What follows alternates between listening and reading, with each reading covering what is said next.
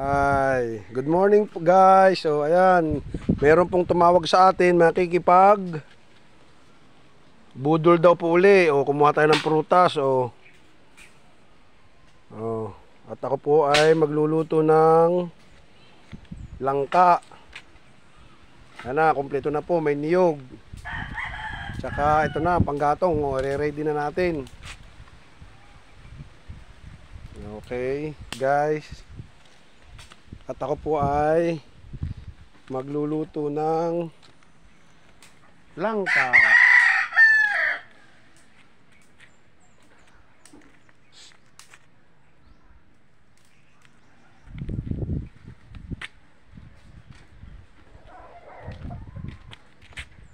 Okay, guys. Ito ang ating langka. Tayo ay may bisita mamaya. Matataas na tao, makipagbudol daw. Hindi natin kaya tayo ay tagluluto natin sila ng langka.